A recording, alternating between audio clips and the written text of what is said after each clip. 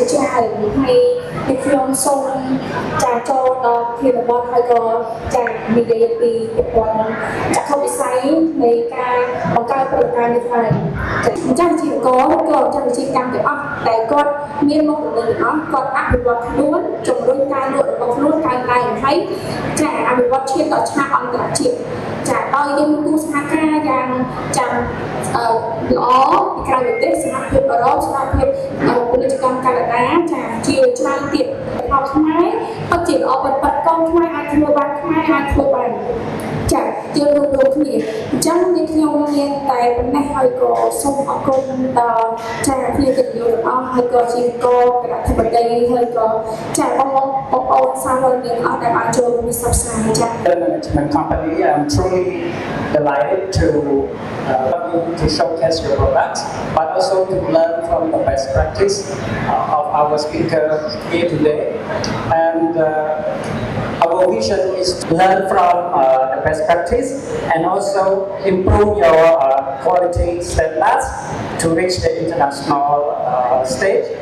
And I'm very thankful to all of you here taking part of the exhibition, especially our media friends. So that's all from me. Welcome to Khmer Product Expo. ទស្សនវិស័យរបស់យើងគឺលើកកម្ពស់កិច្ចការលំភាពផលខ្មែរតាមរយៈការជំរុញផលិតផលស្រុកពិសេសផលផលមួយទៅកាន់ទីផ្សារពិភពលោកនេះជារបបថ្មីអាចជារបបថ្មីដោយសារខ្ញុំបានធ្វើកិច្ចការច្រើនជាមួយនឹងចលនាជំរុញភូមិផលមួយហើយពិសេសតាមរយៈការធ្វើទីផ្សារការតាំងពិព័រណ៍ផលិតផលតាមបណ្ដាខេត្តយ៉ាងណាជំរុញឲ្យផលិតផលរបស់ខ្មែរទាំងអស់នោះមានឱកាសទទួលយកស្តង់ដារកម្រិតមួយទៀតហើយអាចឈានទៅដល់ទីផ្សារបរទេសខេត្តមួយទៀតបាទហើយនៅក្នុងនោះបេសកកម្មសំខាន់ដែលខ្ញុំអាចលើកឡើងសម្រាប់កិច្ចការរបស់យើងដែលកើតឡើងហើយបេសកកម្មទី3គឺបង្កើតឱកាសវិនិយោគរវាងវិនិយោគិនជាតិនិងអន្តរជាតិដោយយើងឃើញស្រាប់មានវត្តមានរបស់តំណាងនៃសភាពាណិជ្ជកម្មកាណាដាប្រចាំកម្ពុជានេះគឺជាឱកាសដែលយើងទាំងអស់គ្នាអាចចាក់ដៃគូជាមួយគាត់បងប្អូនសមាជិកភូមិមួយប្រព័ន្ធមួយនៅទីនេះអាចក្លាយជាសមាជិកនៃសភាពាណិជ្ជកម្មកាណាដាប្រចាំកម្ពុជា Good evening, Excellency, distinguished guests, esteemed business partners, and most importantly, dedicated micro entrepreneurs and our local economic community represented here in Cambodia.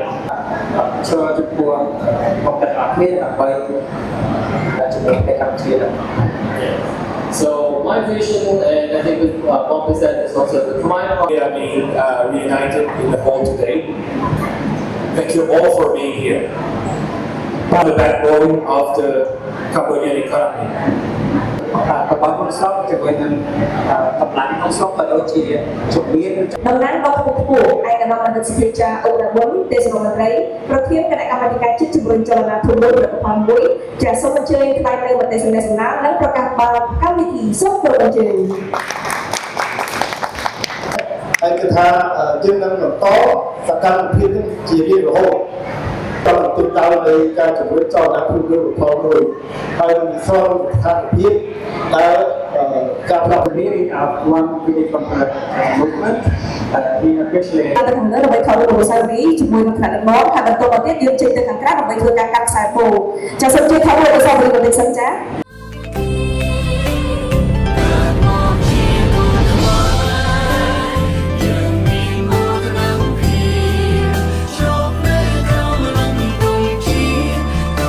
subscribe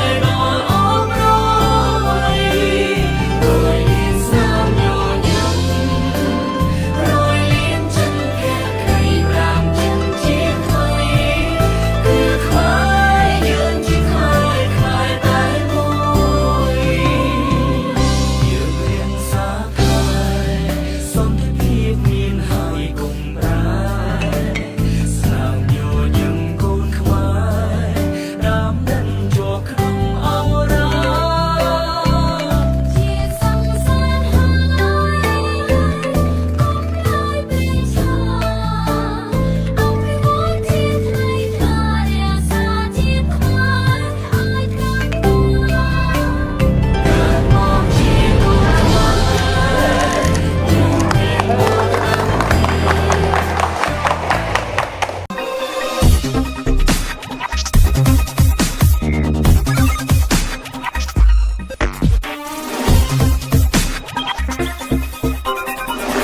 រឿងរ៉ាវរបស់លោកអ្នកគឺជាចក្ខុវិស័យរបស់យើងខ្ញុំ